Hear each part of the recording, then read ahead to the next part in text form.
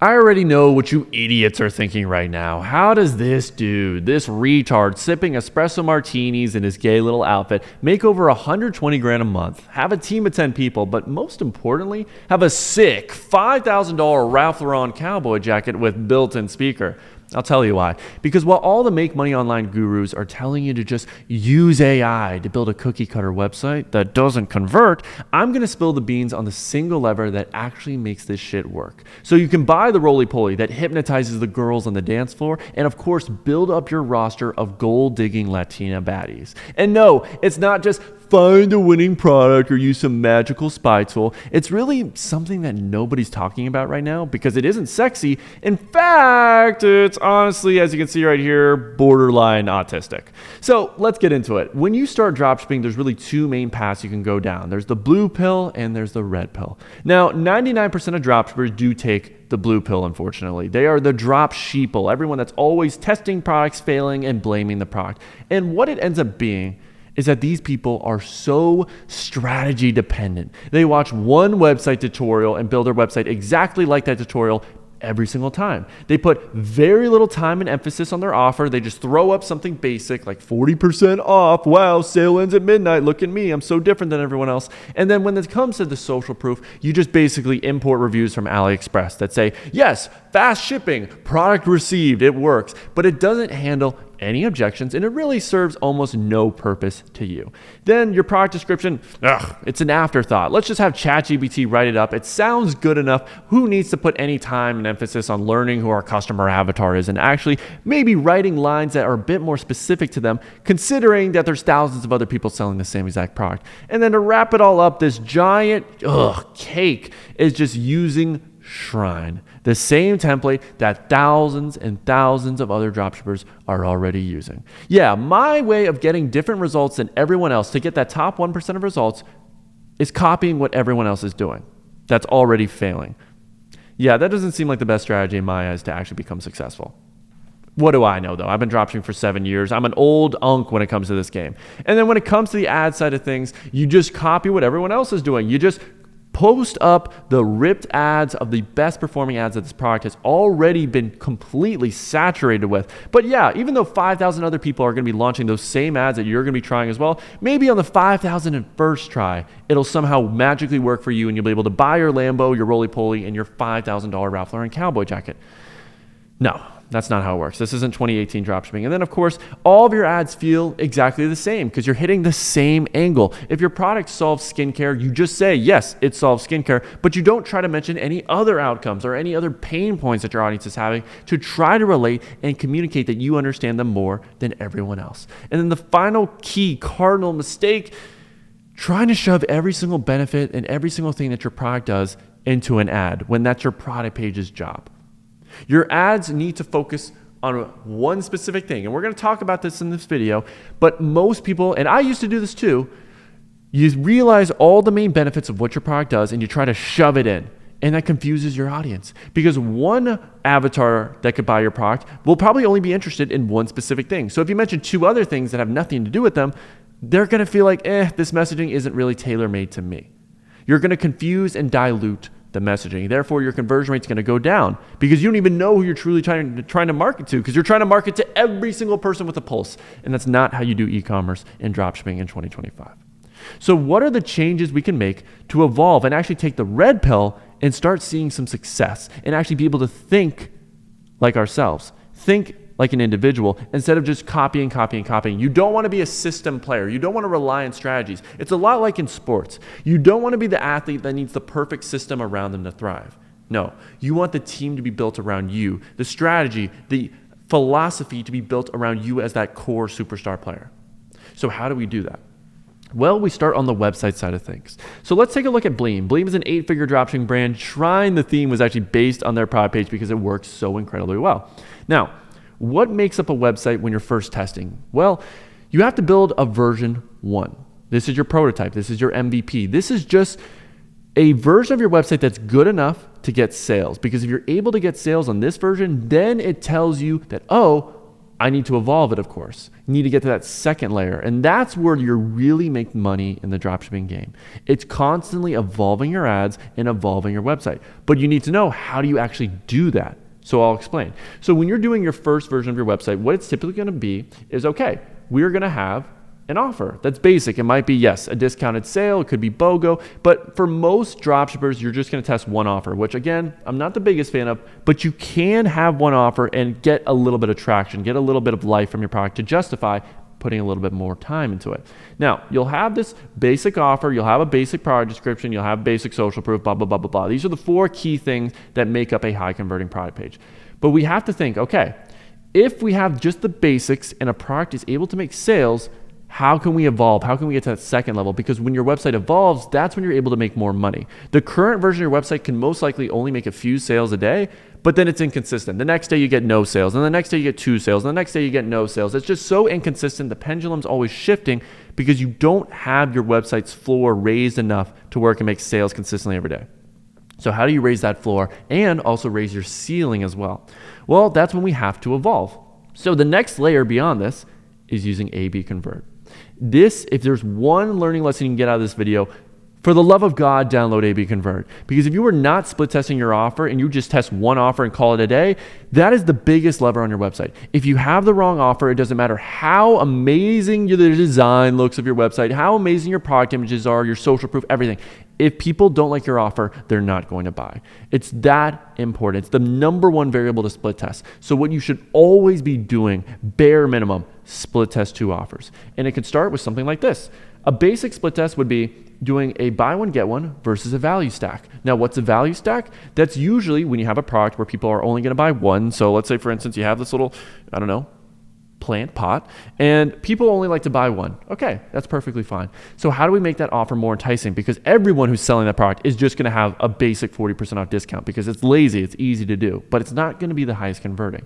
So what you can do to spice up the offer is you can say, hey, you can get my little plant pot 40% off, plus you get a free complimentary product. It can be another product, another plant or something in the similar type of niche. And then you can throw in a free warranty, which is a $9 value. You can do free shipping, which is another $9 value. So you throw in other things that make the value of your offer more enticing to your customer to make it more likely to buy. If, in your case, the product is something that people would only buy one of. Now, if people would buy multiple, then it usually makes sense to do a BOGO offer. Typically, what's working the best, the variations of BOGO, is when you make the buy one version of your product very unappealing. So for instance, you'll do something like, let me just draw it down. You'll do something like, $39. I can't draw. I'm sorry. I'm a dyslexic. And I also have a little bit, if I'm being honest, what's that one disease? Parkinson's. I have a little bit of Parkinson's kicking in. So just imagine, use your imagination, $39 for one, and then do a BOGO at $44. So it's only $5 more, but you're price anchoring. The perceived value for one is $39. So when you offer 2 of them for $44, it makes that offer look so much more appealing. So that's another thing you can do. So as we go down to the next steps, as we have explained, BOGO versus a movie theater BOGO. So movie theater BOGO is what I just explained. A typical BOGO though would just be, okay, you can't even buy one. The default offer is buy one, get one free, $39. Simple as that, but there's nothing that's anchoring it. So after you do that, next evolution, okay, you found out that your BOGO is working the best. Try different price points. So we can do a BOGO at $39, a BOGO at $44, BOGO at $34. We can do a BOGO at $34 plus $5 to $9 shipping. There's a lot of different ways we can structure that. So you want to keep on evolving. And then of course, the next layer could be, all right, buy one, get one of the same product, plus throw in those free gifts. So do a mesh of a BOGO and a value stack. So this is what happens. You keep evolving your offer, you keep testing this, and then what's working is what will move on to the next week's test. So how you split test typically is you'll have a test going on for about a week, you'll gather data, and once it's statistically significant, which means around 90 to 95% confidence level that one version is working better than the other, you go with that offer. And then the next week or however many days you had that test going, you stop it and then you launch a new offer split test. But you should constantly have 2 offers fighting against each other so that you can keep on evolving your website. Get to that version 2, version 3, version 4, version 20 eventually. And the fastest way to do that is through split testing. Now, how do we evolve the other aspects that also do matter? Well, with your product description, start optimizing to one avatar. When you're first testing, you might have multiple avatars and you're trying to write copy to everyone. Well, what you need to do to get to that next layer is then after you run some ads and after you get a little bit of traffic, See who's mostly buying your product, and then optimize your product page to that one specific person. Have every outcome speak directly to that person. So for instance, if I'm selling a product, today I had a student who was marketing to people that were 9-to-5ers. It was women that are 9-to-5ers that work in their home, and it was specifically a product that helps them with their dental care. So we need to be able to optimize specifically to that avatar. Where in their life does having better teeth help them? On date nights, when they're out with their husbands, maybe to get more matches on Tinder if they're a single mom, you don't know. But in its essence, it's to feel better and more confident about themselves. That's the surface level benefit. So now we have to go a layer deeper and mention the use cases, help them picture in their life the value that that benefit is going to provide to them. And that's through very specific use cases. Now, of course, other things you can do to help improve your product description is use heat map data like Hotjar, for instance. Hotjar will analyze the heat map of each section of your product page because usually it has multiple sections. You have your above the fold, you have your first section of your description, usually a second section, which is another description, and then usually social proof, guarantees, FAQ, blah, blah, blah, blah, blah. So you can use the data from heat maps to see where are people dropping off on your website. So typically from section to section, if the drop off is more than 10%, then that's a problem and you need to either optimize that section or lose it completely or redesign it. So that's up to you, but that's how you can optimize things. And then finally, you can do more language mining, read customer reviews, read comment sections, read Reddit, or if after someone purchases, you have a customer survey where you ask people, what made you buy this product? What's the outcome you want? What's the pain point you want to get rid of? You can use that language specifically to dial in your copy even more. Now, the final things you can do, we'll just try to go through it basic on the website, but this is how you go from $100 a day to thousands of dollars every single day. When you're social proof, don't just have social proof for the sake of having social proof. Have it actually serve a purpose. Now, the biggest purpose social proof can do is when you research your audience, you're going to figure out there's certain objections and certain things they're going to think as to why the product's not going to work for them. So when you understand that, you can have social proof that calls that out directly. So I thought this skincare wouldn't work because I have very sensitive skin. So then in a review, mention that. Say, yes, I had sensitive skin. Everything I tried always broke me out, but this worked perfectly. That ingredient that this product has worked phenomenally. I didn't think it was going to work, but it did. Now my skin is glowing. So you handle those objections before they happen or handle them while they're thinking about it, because that's how you get people over the line. If they have a single objection still left in their mind, they're not going to buy. So that's where you have strategic social proof. You have video reviews, image reviews, you have your product images as well, you have authority figures. There's so many things you can do to prove your product works, but it's all about believability. So you have to really put yourself in the minds of your customers. What would I need to see if I was dealing with that problem? I know I've been burned a million times from a lot of different products that promise the world. What do I truly need to see to make me believe, oh shit, this product would work for me? Is it before and afters? Is it video reviews? Is it authority figures? Is it just random reviews from customers? It's probably a combination of all. And if you can incorporate all of them, then you're going to be absolutely cruising and killing it compared to everyone else. But you need to figure that out. And then the final step, show visuals. This is the before and afters. This is the videos. If you have visuals that showcase people getting that desire, have that going on. And then when it comes to urgency, that's the final thing. People do need to have a reason to buy today. And usually the two things you can do, have a countdown timer, which is, the sale's ending soon, sale's ending at midnight. You can have that on your announcement banner, and then a low stock warning. So it's either sale ending soon or you have a low amount of inventory. So we have low stock warnings. That's inside my 101 program. We have these little things. I'll show you real quick what that would look like so you can just get a visual example. But yes, inside my 101 program, we have access to these templates that basically have all these key elements already there for you. So therefore, you don't have to do a lot of thinking. So we have it for problem-solving products, because if you're selling, let's say, a fitness product, you're going to need specific things, specific sections on that type of product compared to if you're selling, a health type of product, which is going to be a little bit longer copy. It's going to be more social proof. It's going to be authority figures. So again, keep in mind, depending on the niche of your product page is going to need certain things, certain sections, and that's really, you develop that with time. Or you can just join a one-on-one program like mine, which is the first link in the description, where we already have all these sections, and you'll also get a one-on-one coach plus myself reviewing your website, your ads, everything you're doing, so you know you're on the right track before you launch a product and have the best chance to scale to $1,000 a day. Now, just to show you real quick, in fact, it doesn't actually have it here, but limited supply, high demand, that's another form of urgency. I do believe, I know I'm going on a little bit of a tangent. This one, so only 7 units left in stock, so having some sort of low stock counter like that one right there. Now, how do we evolve and go from blue pill to red pill with our ads? Now, this is where, again, the cardinal mistake is everyone focuses on shoving every little thing into this one ad. It doesn't work, my friend. You're trying to park a Hummer into a little baby engine. What's that Cardi B line? Pack that Big Mac truck right in this little garage? Exactly. That's what you're trying to do, but it shouldn't feel like that. Every ad, if you're doing it the right way, the strategy should look something like this. You have one avatar you're trying to speak to. I always stick to one avatar. Then you have one desire, one pain point, and one awareness level. So let's say, for instance, Bleem, again, we are selling at its core, a hair razor. That's really what it does. So you are going to need to then research your audience and know who's that one avatar I'm trying to talk to and what are they trying to get.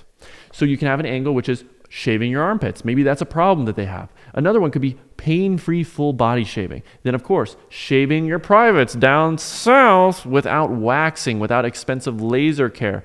And then finally, no more strawberry legs. Those are all completely different angles, different desires, and different pain points.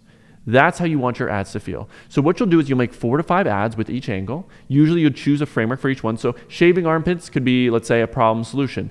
Pain-free full body shaving could be a how-to style framework. This one, shaving privates without waxing, could be, there's a lot of different angles. It could be 3 reasons why. So you have a framework for each angle. And then after you figure out which angle, what core idea in the messaging is working the best, let's say it's pain-free full body shaving, then with that winning ad that you have, it could be a video, it could be an image, you make more variations of it. If it's a video ad, that means new hooks. So it's the combination of both the visual hook and the script. So you want to then ask ChatGPT, come up with your own ideas, study other winning ads on Foreplay, on PPS, gather these hook templates that are clearly working and are transferable and universal to any product, and then apply your copy to those. And I can guarantee when you have a winning ad, you can make 50, 100 different hooks incredibly easy. That's usually the biggest thing you can do because the more winning ads you have, again, the more you're going to be able to scale. This is the second version. This is V2 of your ad strategy. And obviously the creatives are the only thing that matter. So how you evolve after you get the initial testing phase done and you throw some things at the wall is you then double down on what's working. So you make more hooks. And then if it's an image ad, more headlines. You can make 50, 100 different headlines so easy. And you keep getting more winning ideas, more winning hooks, more winning messaging. Then the other thing you can do is once we have this core idea down, all right, the other things we can split test in that original video is a new problem.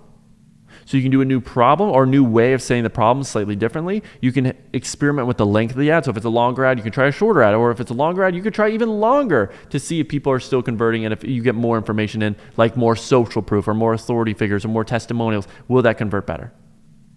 Or if shorting down the problem and getting right into your product intro quicker results in more people viewing and more people clicking. And then finally, music voiceover, that's usually the least important variation, but you can do it. Changing up the music, changing up the voiceover to a new avatar. But the next level beyond this, so you had your first ad, you now know, okay, the messaging of pain-free full body shaving is what I need to do. I've now made variations of the original winning ad, but how do I go a step further? How do I evolve? How do I get to a grand a day consistently? New frameworks and new formats. So you now have the core idea of what's working, but you've only tried one framework with it, which could have been, let's say in this case, 3 reasons why. So then try other frameworks. We go to my video ad frameworks. I have a whole list right here. We have problem solution, before and after, social proof, don't buy this instead. We have literally 30, 50 plus frameworks. And inside of each one of them, you just go inside, figure out what's the structure, look at the inspiration, and then make an ad like that with the messaging that's already working. So obviously that's the cheat code. That's how you get to that next level of scale. And then when it comes to formats, if video ads are working, that doesn't mean images aren't going to work either. Usually they both work. And if you can't get one of the styles to work, then that usually means it's a messaging issue because images and videos both work. If you can't get them to work, that's a problem with how you're marketing. So of course, with image ads, if let's say pain-free full body shaving is what people want, then yeah, before and after makes a ton of sense. That's a great visual to show the difference full body of what it's like when you're using my product. So have different frameworks, have different formats. Like with image ads, we have copy and paste templates where we can just plug in our product, the images, the text, and of course, make those winning ads, make a ton of variations. And that's how you keep testing every week and discovering more and more winning ads. Now, beyond that, custom content, where can you get that? Because yeah, you don't want to just stick with the content that's available online forever. You want to be able to come up with your own lines, your own copy, get even higher quality visuals, because then you create a moat. Other dropshippers can't copy you if you're always evolving, you're always a step ahead of them. So where you get custom content is Billo, Fiverr, Incense, and TikTok Shop. Any one of those methods work, but reach out to creators that are the similar version. They are the exact customer avatar. They look like your avatar, they're the same age, same demographic, and they can speak like your avatar in very relatable terms, and work with those people. Try out a bunch of them. Usually it takes about, I would say if you work with 10 creators, usually 2 you're actually gonna onboard and keep working with. So it is a process. And I would say the numbers game is also, you're gonna reach out to 100 people, about 20 will get back to you. And then out of those 20, about, I'd say 25% you'll actually work with. So if you reach out to 100, you're really gonna get 5 influencers from that. So it is very much a numbers game. Now, typically you don't wanna pay more than $100 per video. So what you do is you give them a brief. Here's a brief, here's the shots I want you to film, here's the lines I want you to say, so multiple hooks, multiple prompts, and then you can use that, send that to your editor, and get 5, 10 ads from that for only $100. That's a really, really smart way to get more content. And that's something you should immediately be doing once you have a product that has proven validation. You're doing at least $500 to $1,000 a day for, I would say, over the course of multiple weeks. And then the final thing, new awareness level. This is how you really scale is, okay, most products are solution aware. If we're really being honest, people are very well aware of all the different solutions. They know they have a problem. They know they can't shave, blah, blah, blah, blah, blah. But can we do a new awareness level? Can we identify potentially a new way of telling them what their problem really is? So maybe they think the problem with other products is X, Y, and Z, but it's actually something they never thought about before.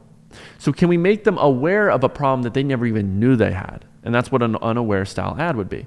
Are they aware that, okay, with razors, here's the real core issue with them of why they create this razor burn, of why they burn you, of why they're so expensive? Can we make them aware of what they're doing right now is horrible, so that way they have to buy our product instead? And then problem aware, again, that's just, another form of, okay, they're aware, but they don't know the different solutions. So can we make them aware that there are other solutions, but they're bad because of X, Y, and Z reason, and that's why you need our product?